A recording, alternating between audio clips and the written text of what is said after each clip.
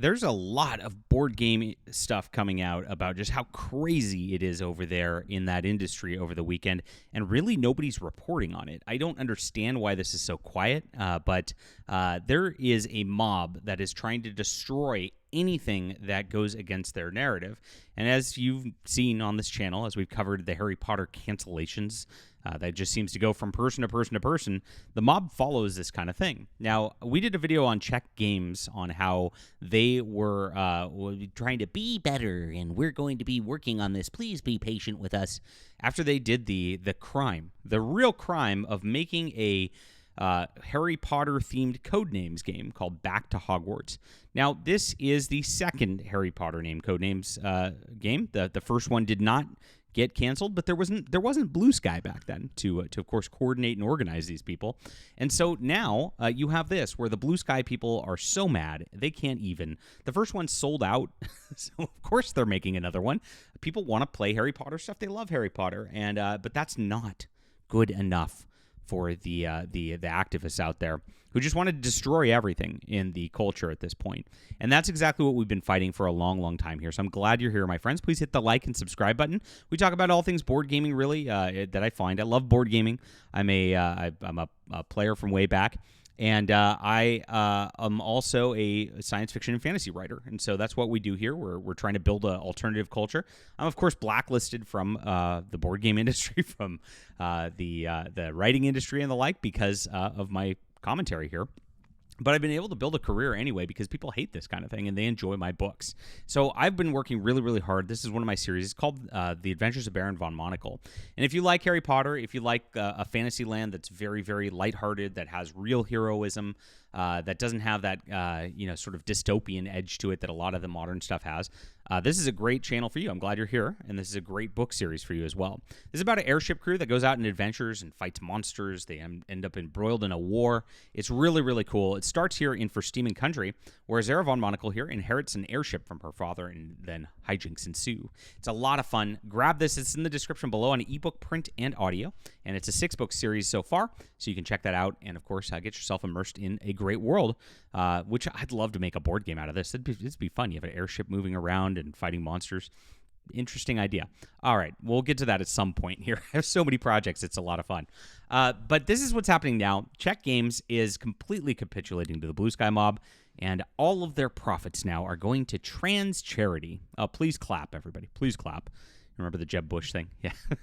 So this is where they've gone so far. They went to Gen Con. They got harassed. They actually, on Blue Sky, they were organizing people to go harass them at their booth at Gen Con. This is how these people act, and it's constant. And they're very, this is the thing, it's a small group of people. They don't matter very much. If these guys would just completely ignore it and just put out their product, they'd be fine.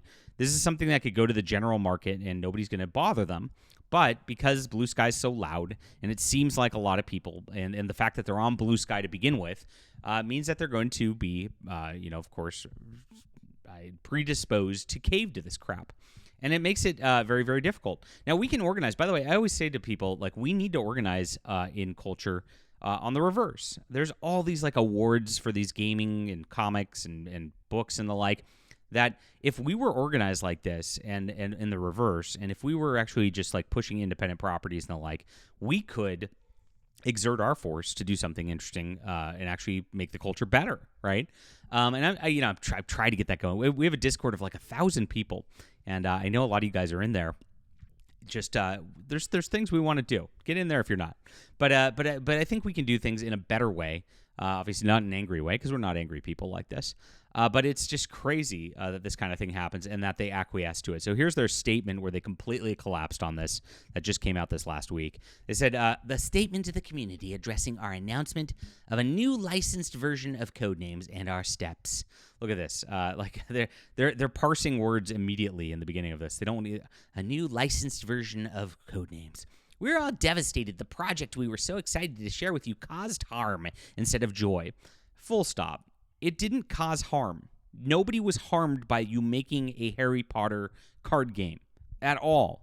I mean, it's painful. The fact that you give in to that language is so disappointing. Now, I mean, who's going to want to buy this now?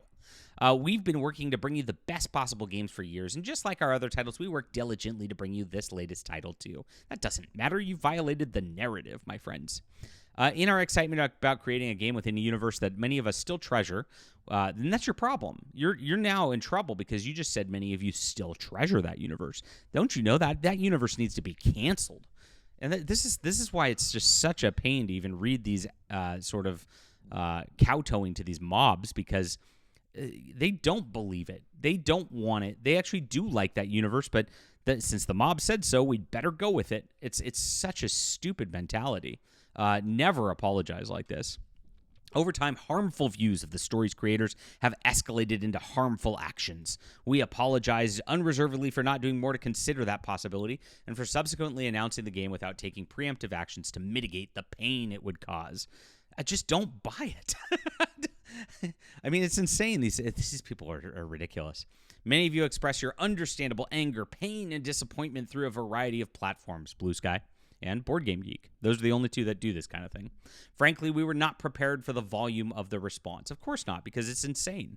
And you should just ignore insane people and not cater towards insane people. They're not going to buy your game anyway. They're not going to buy this now. So why would you do it? They hate Harry Potter. They're not going to buy this. These are not your customers. Does this make any sense to anybody else? My gosh. We would never want anyone to experience the pain this situation has caused to feel like they're being silenced. Well, they're not being silenced. They're posting this crap everywhere, like you said. Let them play. So for that, we want to sincerely apologize.